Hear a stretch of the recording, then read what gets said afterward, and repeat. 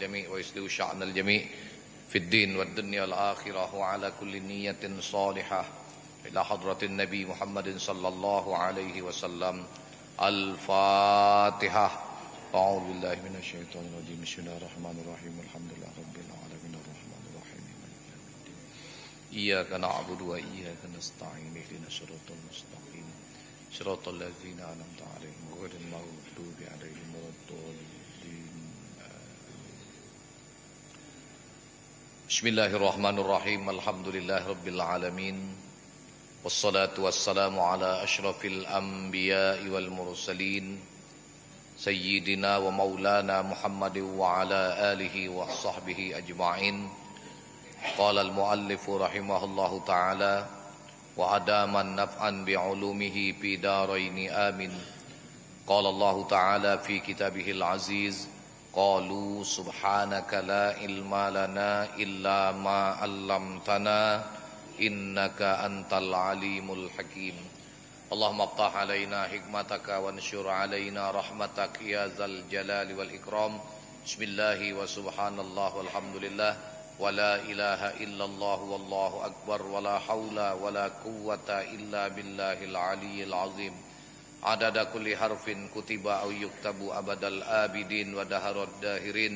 رب اشرح لي صدري ويسر لي أمري واحلل عقدة من لساني يفقهوا قولي. أما بعد. Alhamdulillah, puji syukur kehadirat Allah Subhanahu wa taala. Pada siang hari ini kembali kita dihadirkan dapat melanjutkan majelis ilmu pengetahuan seperti biasanya. Salawat dan salam selalu dan semoga tetap Allah limpahkan kepada teladan kita Nabi besar Muhammad sallallahu alaihi wa alihi wasallam, pada para keluarga, sahabat dan sekalian pengikutnya hingga akhir zaman. Al-Faslur Rabi' fil Bahthi was Su'al. Pasal yang keempat pada menyatakan, memperiksakan akan sesuatu dan menanyakan akan dia bagi hak orang yang wara', yang menjalani akan jalan ukhuwah, yang menjalani akan jalan akhirat, supaya ia keluar daripada haram dan subhat. Ketahui olehmu bahwasanya apabila didatangkan oleh seseorang kepadamu makanan atau hadiah, atau engkau berkehendak membeli daripadanya, atau engkau berkehendak meminta sesuatu padanya, maka yaitu tiada dipuji sekali-kali menanyakan akan dia dan memeriksakan akan dia, dan tiada dipuji sekali-kali meninggalkan akan bertanya dan memeriksakan dia. Tetapi bertanya dan memeriksa itu ada kalanya wajib dan ada kalanya haram dan ada kalanya sunnah dan ada kalanya makruh.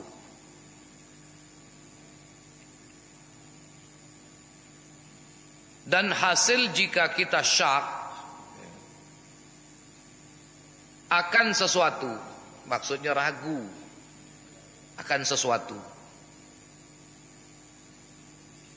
adakah ia halal atau adakah ia haram, yang jadi daripada alamat menunjukkan kepada subhat yang membawa kepada syak, maka yaitu tempat diwajibkan atau disunnatkan bertanya itu. Selama bertanya itu tidak mendatangkan sesuatu yang bakal menimbulkan mudarat akhirnya untuk diri kita.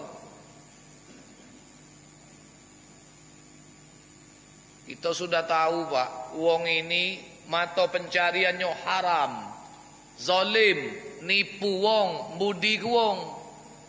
Kalau kita tunjuknya sesuatu, tak usahlah ditanya, tak katik lagi mata pencarian dia yang lain, kecuali dengan cara kezaliman. No, datang ngenjuk ustaz sewet pulo, gawe dia ni katik lain, jualan sabu, berduit memang pak. Tahu datang ngenjuk sewet. Tak katik mata pencarian lain dia ni pak. Tak usahlah ditanya, ini bakal jadi mudarat. Jadi cak mana Pak Ustaz? Ya sudah. Aman ditolak bakal dapat bahaya, kita bakal dizalimi, embek baik, terima. Tapi jangan kamu pakai. Ya. Diam ke baik. Tak usah dipakai. Apa dijual ke Ustaz? Sama baik, berarti kau tu bersejar. Kalau dijual ke. Jadi cak mana? Mbak dari depan, buang dari belakang, selesai. Karena memang sudah kita ketahui dengan yakin dia tidak ada pencarian yang lain kecuali dengan jalan yang diharamkan oleh Allah. Atau harta dia ni harta yang subhan. Subhan. Dia ni begawe pak, halal. Tapi sambil begawe nganak ke duit. Tahu nganak ke duit tak? 10-12. Ya. Sambil begawe, Ustaz dia gawenya nganak ke duit. Begawe. Tapi di luar begawe dia kadang-kadang sambil nganak ke duit. Ya kalau bahasa halus ini apa dia? Bahasa nganak ke duit. Sudah lah, dah kata halusnya lah nganak ke duit tu. Ya. Ada yang nyebutnya duit betino karena pacak beranak. Ya. Ada duit binatang, ngapa pacak berbuntut? Ada buntutnya. Nah, uang ini diyakini hartanya subhan. Dia pegawai halal hartanya pak, tapi nganak ke duit haram. Nah, jadi nak ditanya, ini bakal jadi mudarat ini. Ya. Bahkan kalau ditanya, sesip ini putus silaturahmi, bakal jadi pemusuh, bakal jadi fitnah. Ya. Sudahlah, mendingan tak usah ditanya lah. Ya. Jadi kalau dia ngenjuk sesuatu,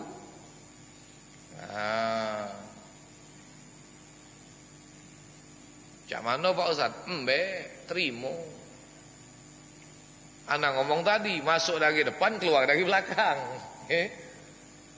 Subhat ini. Kalau ditanya bakal jadi mudarat. Ya. Dan mungkin banyak lagi di sekitar kehidupan kita, ya, kondisi-kondisi seperti ini yang menurut dugaan kita, ini subhat. Hartonya nih antara yang haram dengan halal bercampur. Sama Pak, ada berapa waktu yang lalu orang bertanya, Ustaz, aku nih ada tetangga ngundang, tapi Ustaz dia ni katik lain, gawenya jualan narkoba. Ya. Pergi apa tidak aku ni Pak Ustaz? Kaget habis acara aku ni diajaknya makan pasti. Ya sudahlah. Hakul muslim alal muslim, menunaikan hak muslim terhadap saudaranya sesama muslim, jangan tak datang. Diundangnya pergi. Masalah urusan makan tu kaget dulu Pak, urusan belakangan itu. Makan di walimah itu tidak menjadi wajib Pak. Cuma kalau nak nyenang ke hati sahibul hajat, hukumnya jadi sunat, tidak jadi wajib. Ya dah. Nih. Pergi. Ajaknya Yasin, baca ke Yasin. Ajaknya baca tahlil ke? Masalah terima tak terima kaget, itu urusan Allah. Berdoa, amin ke? Nah, cuma kalau diajaknya makan, pintar-pintarlah kamu. Ya. Apalagi ini bulan Syawal, lemak ni kan. Minta maaf ya, aku puasa Syawal, selesai baliklah. Mana orang puasa? Kaget digawainya gantang Ustaz. Tuh terserah urusan belakang itu tuh. Pokoknya balik dulu ya tak. Nah. Atau cara orang Palembang lah Pak, dah kata yang tak bergawi. Ada gawi. Ya, kalau diajaknya makan mana? Ada gawi. Balik ke rumah apa dia gawe? Baca koran. Ada gawe juga. Ya tak? Apa gawe papa kau? Nonton TV. Ada gawe.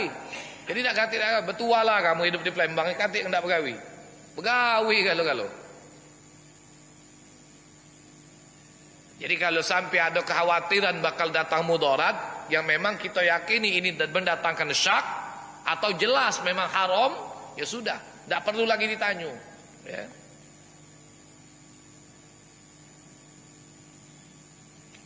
Dan jika ada alamat yang yakin yang menunjukkan akan halal, yaitu seperti harta orang yang soleh-soleh, maka yaitu ambil dengan tiada ditanya. No, Ustaz Majid nunjuk mbek. Makin tak nanya pula, Ustaz ni dapat dari mana? Kiki ke kau? Lagi masih nak nanya. Rezeki Ustaz ni dari umat untuk umat. Oh sudah mak itu bela. Ya. Iyo, kalau yang hawa-hawa Ustaz lah pacak pula nyaringnya lah tahu ke mana jalannya. Aku ngeri Ustaz, ngapo? Kakek tahu-tahu harta Ustaz tu campur yang subhat, tegem rai kau, cak takokan. Ustaz lah tahu jalannya, ya tak? Nah, duit haram tu Pak jalannya satu. Ni kalau kamu nak tahu duit haram tu, ya, jangan bawa masuk dalam rumah. Jadi cak mana Ustaz? Buat ke pagar rumah. Buat ke pagar rumah. Jadi tak masuk. Ya. Dua, buat ke god. Tahu god tak? As-selakan. Yang ketiga, buat ke subsidi tank. Jadi tak masuk dalam rumah. Tak masuk dalam rumah. Jadi kalau ini sesuatu yang kau dapat dari wong yang soleh, sudahlah, tak usah ditanya. Ya. Maka yaitu ambil dengan tiada ditanya akan dia. Karena bertanya itu membawa kepada jahat sangka kepada manusia, hingga jadi haram menanya itu. Ya bukan ustaz, bukan kiai baik. Kalau wong ini wong baik, wong bener, kita tahu pencariannya memang jelas. Dia berdagang, selama berdagangnya tidak zalim, tak masalah. Atau dia begawi, selama begawainya tadi tidak maling, ya sudah. Wong ini ibadah, tak usah ditanya. Ya. Nah, ada pula yang nanya lagi Pak. Kalau kita nanya be Ustaz, di mana dia melinya? Cak mana? Tak lemak juga Pak. Seolah-olah gawe itu mongkot ya. Memang sebenarnya tidak salah. Umpamanya kita ni diunjuk wong makanan Pak. Ini wong baik nih yang unjuk makanan nih. Ya tak? Begitu dimakan, oh lemak barang nih. Akhirnya nanyo, di mana lah belinya? Makanan ini muat dewek apa beli? Ya tak? Sebenarnya tak lemak juga kan nanyo kenyo. Ya tapi selama tidak mendatangkan fitnah boleh, tanyakan, silakan. Ya. Jadi cerita masalah nanyo beli ni Pak, beli di mana nih? Nah ini lah. Bulan depan wong haji lah mulai berangkat ini Pak. Ya. Jadi ada cerita jemaah ni Pak bertanya, Ustaz, aku ni nak pergi haji. Kira-kira Pak Ustaz, berdosa tak kalau oleh-oleh tu aku beli di Palembang? Kaget balik haji aku bagi ke? Tak apa-apa. Siapa nak ngelarang? Ngerti? Pasal 16 tu jual kan lo Pak? Beli zam-zam kamu, beli kurma, beli kacang ketawa, ada kan lo kan? Nah, teko kurma ajwa lagi ada.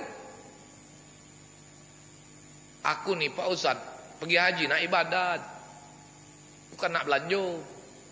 Kaget pikiran, tak tahu maknina. Jadi kira-kira salah tak Pak Ustaz? Ya sudah, beli baik Pak.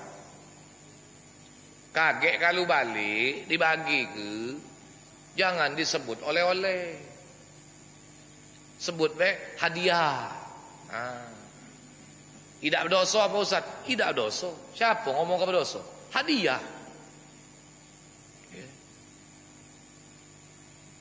Lah kalau hadiah nak beli di mana beda kata masalah Pak.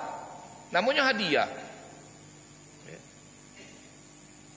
Kita nih kadang-kadang yang berangkat nih jadilah Pak tanda cinta dengan kawan, dengan keluarga, sehingga kerabat dikenang ke kalau di Mekah teko takbir lagi tak tahu maknina Allahu Akbar. Nah mangcik kau beli kapo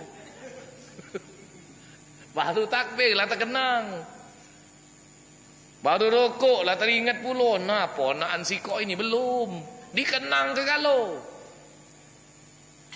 Cuma yang dinjuk ni lah kalau mau ke hati. Awak dinjuk wong. Uji wak itu nah, ponaan. Minta terima ke ini hadiah, aku nak berhadiah dengan kau. Anu, wajib. Beli Mekah apa beli Madinah? Mbek baik kendak aku tu. Wong lah namanya malu ke wong. Ya. Nah, jadi kalau ada yang bertanya, Ustaz berdosa dah? Tidak berdosa, ngapa? Hadiah. Hadiah tu di mana Pak? Tak masalah Pak. Ya. Jadi kalau wong yang baik, yang enjuk, tak perlu ditanya. Ya memang kita tahu jalan rezeki wong ini benar. Tak usah diselidiki lagi. Karena bakal jadi fitnah juga buat kita. Dan yang lebih hebat lagi fitnahnya itu apa? Suuzon, jahat sangko. Ya.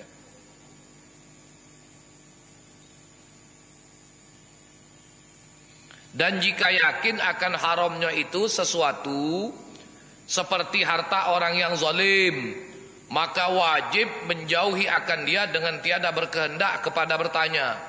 Tidak salah tanya lagi. Kalau memang itu orang itu zalim, ya. Dan adalah tempat jadi syak itu maksudnya ragu, ya. Tempat jadi syak itu ada kalanya takluk dengan ain harta itu. Mendatangkan ragu itu kadang-kadang dia memang langsung berhubungan dengan fisik benda itu. Ya. Maksudnya apa? Seseorang ini kadang-kadang memberikan sesuatu, memang bendanya ini yang membuat kita ragu, bukan cara dia mendapatkannya. Ya. Mungkin barang yang diinjuk ini sesuatu barang yang haram, atau bercampur dengan sesuatu barang yang haram. Maka itu urusan makan kita perlu juga berhati-hati. Apalagi zaman sekarang Pak, banyak makanan-makanan produk luar. Nah itu kita hati-hati itu. Kalau tidak benar mendatangkan syak. Jingok dulu. Apa dia kalau bahasa kerennya tu komposisi, ya. Nah jingok dulu. Ya. Tapi Pak Ustaz ada label halal. Ya kaget dulu urusan label halal. Segala sesuatu tu Pak yang halal kita tetap wajib berhati-hati. Jingo, nah jingo, ya. Halal, walaupun labelnya halal. Kita bukannya suuzon, bukan Pak, ya. Tapi ini namanya berhati-hati. Ngapa tak baca Pak label itu dibuat ditulis? Baca. Bapak jualan punya suatu produk, Bapak buat dewek tulisan halal. Ngapa tak bisa? Tempel kan di produk itu halal. Padahal siapa yang menghalalkannya? Dia dewe. Maka itu kita jangan tertipu, ya. Kita penting berhati-hati. Perkara halal ini kan tidak asing dengan makanan, minuman, pakaian dan tempat. Ya. Apa itu halal? Halal itu ma abahahullahu fil kitabi was sunnah. Itulah arti halal. Apa saja yang diperbolehkan oleh Allah, baik melalui Al-Quran maupun melalui hadis, itu halal. Nah lawannya haram. Mahwal haram. Apa itu haram? Al-haram ma mana'ahullahu fil kitabi was sunnah, yaitu sesuatu yang dilarang oleh Allah, baik melalui Al-Quran atau melalui hadis Nabi. Itu haram. Nah lantas sekarang ini timbul populer istilah kata halal bihalal. Ada tak hubungannya Ustaz? Ya. Kira-kira ada tak hubungannya dengan halal bihalal yang ada sekarang ini? Ya. Ini kan habis lebaran kami di mana-mana halal bihalal. Intinya tuh ya sebenarnya silaturahmi dengan adanya yang meminta dan memberikan maaf, itu baik. Ya. Halal di sini ada sebagian ahli bahasa mengatakan akar katanya halala. Ada lagi sebagian ahli bahasa mengatakan akar kata halal itu halla. Yang pertama bermakna meluruskan benang yang kusut, yang kedua bermakna mencairkan sesuatu yang beku.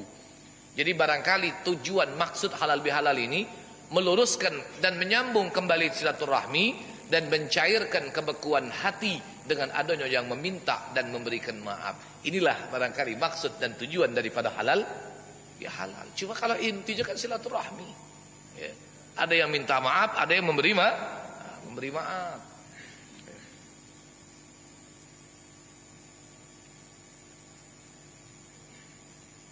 Kemudian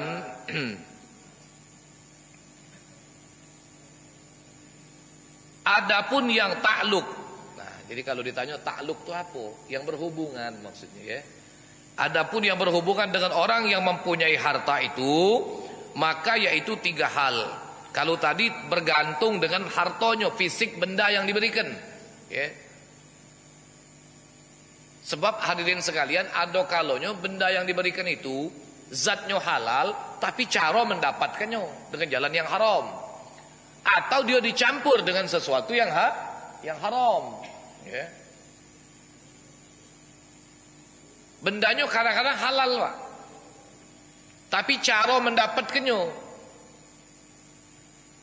nasi halal, tapi ngapa kita kau tahu-tahu hukumnya makan nasi bisa haram? Karena berasnya didapat dengan cara maling.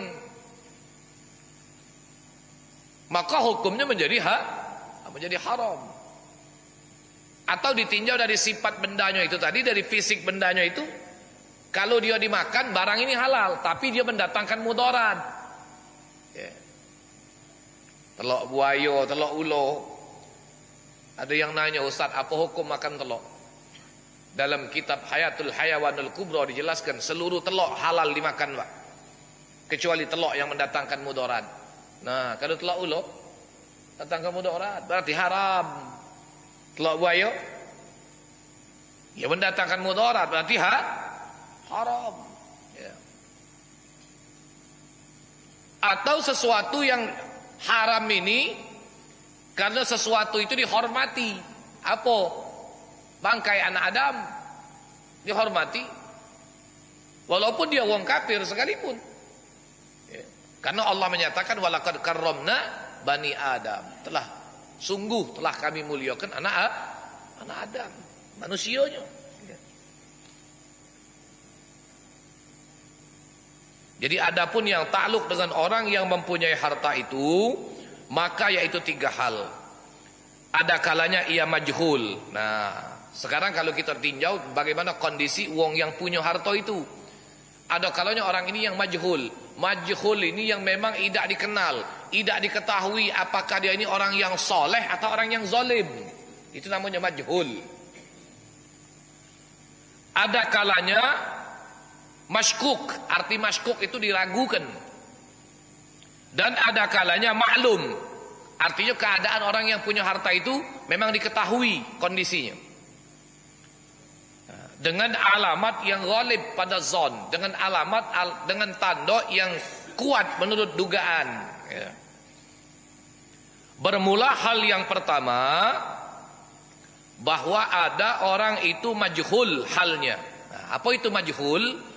Yakni tiada diketahui akan halnya itu, yaitu orang yang tiada sertanya itu alamat yang menunjukkan akan zalimnya, dan tiada ada alamat yang menunjukkan akan solehnya. Wong ini ngenjuk sesuatu, tapi wong ini kita tidak tahu, Pak, tidak kenal. Tanda-tanda kesolehan tidak kita dapati pada orang ini. Begitu juga tanda-tanda dia orang zalim tidak kita dapati. Nah, ini hartanya ini berarti majhul, ya, tidak diketahui. Dan setengah daripada alamat zalim itu yaitu memakai pakaian askar. Jadi dia memakai pakaian pengawal dari raja-raja yang zalim, dan memakai pakaian seperti hamba raja yang zalim. Ada raja penguasa zalim, punya ciri setiap pengawalnya berpakaian begini. Nah, ini diketahui bahwa harta orang ini adalah harta yang didapat dari jalan zalim. Kenapa? Karena dia menjadi pengaman orang yang zalim. Ya. Dan setengah daripada alamat orang yang soleh itu yaitu berpakaian seperti pakaian ulama, atau pakaian ahlus sufi, atau pakaian saudagar. Maka apabila masuk engkau ke dalam satu negeri, maka engkau lihat akan seorang yang tiada engkau ketahui akan halnya, dan tiada engkau lihat atasnya alamat orang yang soleh, dan tiada alamat orang yang zalim, maka dinamakan orang itu majhul halnya, dan bukan dinamakan syak. Majhul. Dan demikian lagi, apabila masuk engkau ke dalam satu negeri, maka masuk engkau ke pekan. Pekan itu pasar. Masuk engkau ke pasar, dan engkau dapat akan orang yang berjual roti, atau orang yang berjual daging, atau barang sebagainya, dan tiada engkau dapat alamat atasnya yang menunjukkan akan keadaannya itu khianat, atau zalim, atau riba, dan tiada engkau dapat akan alamat orang yang soleh, maka yaitu dinamakan majhul, dan tiada dinamakan syak. Karena syak itu ibarat daripada i'tiqad yang berlawanan bagi keduanya itu. Antara yakin dengan ragu yang sama kuat. Itulah syak. Sebab yang berlawanan inilah yaitu perceraian antara syak dan majhul. Dan lagi akan datang yang syak itu pada hal yang kedua. Bermula hukum yang majhul itu bahwa apabila mendatangkan ia kepadamu makanan, atau membawa ia kepadamu hadiah, atau engkau berkehendak membeli akan sesuatu daripada pekannya, maka tiada wajib atasmu memeriksa, dan tiada lazim bagimu bertanya kepadanya, karena memadailah zahir Islamnya itu menunjukkan akan adilnya, dan adilnya itu menunjukkan akan harta yang pada tangannya itu miliknya, lagi halal, lagi harus memakan jamuannya dan menerima hadiahnya, dan harus membeli sesuatu daripadanya dengan tiada bertanya kepadanya, dan tiada bertanya kepada lainnya, karena bertanya dan memeriksakan yang demikian itu jahat sangka kepada orang Islam dan menyakiti akan orang Islam, dan keduanya itu tiada harus lagi haram. Jadi maksudnya begini, Pak, kita ini diunjuk uang hadiah, tapi kita tidak tahu ini yang majhul tadi, kita tidak tahu ya. Kita lihat tanda orang soleh pada diri wong ini tidak kati, tanda wong zalim juga tidak kati, tapi kita tahu dia ini Islam. Nah, kalau dia ngenjuk kita sesuatu, maka apa hukumnya kita menerima? Karena kondisi orang ini majhul tadi, halal, boleh diambil. Ya. Selama tidak ada tanda yang lebih kuat kepada kezaliman. Atau kita masuk ke pekan tadi, ke pasar, ya. Kita membeli sesuatu dari dia, asal kita tahu dia ini orang Islam. Tanda-tanda dia orang berkhianat tak kate, timbangannya bagus, cara ngomongnya benar, pakaiannya benar. Tapi sebenarnya kita tidak tahu dia ini orang yang soleh atau orang yang zalim. Tapi dari ciri-ciri tandanya ada kebaikan, sudah belilah. Halal berniaga dengan orang semacam ini. Dan tidak wajib kita bertanya menyelidik terlalu jauh. Ya. Kenapa? Karena menyelidik bertanya terlalu jauh itu membawa suudzon kepada sesama muslim. Giliran dibudi ke wong kafir tidak ngerutuk wong kita nih Pak. Giliran dibudi ke wong Islam kurang dikit, ngocehnya sumpah serapanya sepanjang hari. Ini dengan orang yang majhul tadi.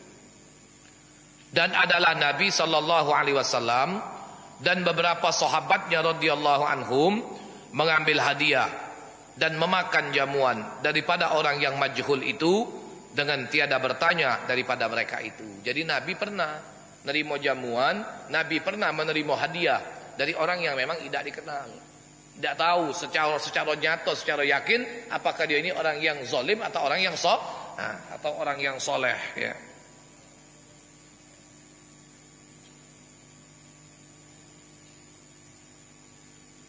Dan hal yang kedua, bahwa syak hal orang itu dengan tiada sebab alamat yang menunjukkan atas haram harta yang pada tangan mereka itu, tetapi tiada yakin, dan sebab itulah jadi hartanya itu dinamakan subhat. Dan tiada harus bagi orang yang warok memakan jamuannya, dan tiada harus menerima akan hadiahnya, dan tiada harus membeli daripadanya, melainkan dengan diperiksakan dan ditanyai. Demikianlah diikhtiarkan dan dipatwakan oleh Imamul Ghazali rahimahullahu taala akan yang syak, yakni yang subhat itu, kepada yang tiada syak, ya. Sebagaimana Rasulullah sallallahu alaihi wasallam bersabda, da' ma yaribuka ila ma la yaribuka. Tinggalkan, kata Nabi, apa yang mendatangkan ragu bagi kau kepada apa yang tidak mendatangkan keraguan kepadamu. Nah, pembahasan yang kedua ini masih cukup panjang, hadirin sekalian, insyaallah, ya, karena ini baru awal pertemuan kita setelah Ramadan. InsyaAllah mudah-mudahan kita akan lanjutkan pada pertemuan hari Kamis minggu yang akan datang.